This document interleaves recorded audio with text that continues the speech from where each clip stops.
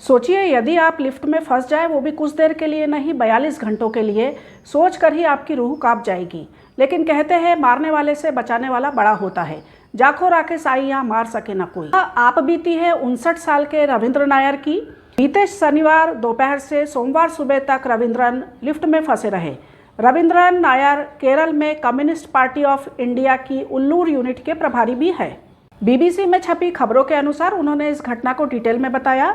उन्होंने कहा कि बाथरूम में फिसलने से उनके कमर की हड्डी टूट गई थी। घटना के बारे में बताते हुए वे कहते हैं, मैं और मेरी पत्नी Shrilekha Thiruvananthapuram medical college hospital की दूसरी मंजिल पर ऑर्थोपेडिक को बताने के लिए जाते हैं। डॉक्टर को एक्सरे रिपोर्ट दिखाने के बाद में डॉक्टर ने मुझे ब्लड रिपोर्ट दिखाने के लिए कहा, जो घर पर ही रह गई थी। मैं फिर से उसे वापस घर लेने के लिए जाता हूँ और फिर हॉस्पिटल पहुँचता हूँ। उस समय लगभग 12 बज चुके थे और मुझे काम पर जाने में देरी हो रही थी। तो मैंने वहाँ उस लिफ्ट का चुनाव किया जो स्टाफ के लिए है, क्योंकि मेरी पत्नी वहाँ कार्यरत है। लगभग 12:05 पर लिफ्ट में दाखिल हुआ। उस समय वहाँ कोई भी अटेंडेंट नहीं था, सब कुछ सामान्य सा दिख रहा था। मैं लिफ्ट में अंदर गया और मैंने सेकंड फ्लोर पर जाने के लिए बटन दबाई। लिफ्ट सामान्य रूप से चली।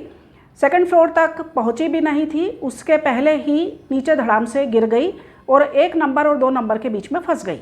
इमरजेंसी नंबर में मिलाया जो कि लिफ्ट में लिखा हुआ था, लेकिन कोई रिस्पांस नहीं मिला। अलार्म जरूर बज रहा था।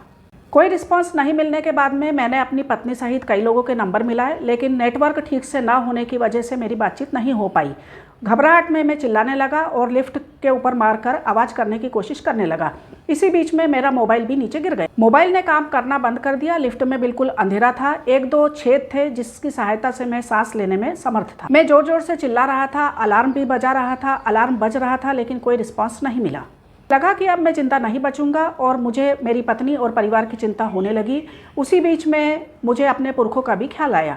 मैंने फिर से अपने मानसिक संतुलन को स्थापित करा और इन सब चीज़ों से बाहर निकला। मेरे पास ब्लड प्रेशर की टेबलेट भी थी, लेकिन पीने के लिए पानी नहीं था। लगा कि लिफ्ट को ठीक करने कोई ना कोई जरूर आएगा, लेकिन ऐसा हुआ 42 घंटे के बाद। सोमवार की सुबह 6 बजे लिफ्ट का दरवाज़ा खुला। लिफ्ट ऑपरेटर ने दरवाज़ा खोलते से ही मुझे कूदने के लिए कहा। मैं नीचे लेटा हुआ था क्योंकि मैं बहुत थक चुका था।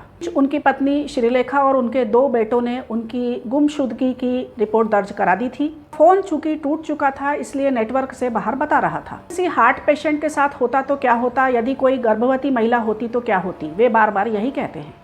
इस सिलसिले में 3 लिफ्ट टेक्नीशियन को निलंबित कर दिया गया है और केरल के स्वास्थ्य विभाग ने जांच के आदेश दिए हैं। अधिकारी का यह अनुभव बस एक उदाहरण है। इस उदाहरण से आप रविंद्रन नायर के अनुभवों की कल्पना कर सकते हैं। बहुमंजिला इमारतें हैं, लिफ्ट का उपयोग करना भी उतना ही जरूरी है, लेकिन सजग रहिए, जागृत रहिए, सुरक्षित रहिए। अपने सुझाव कमेंट बॉक्स में जरूर भेजिए। Please subscribe. Thank you.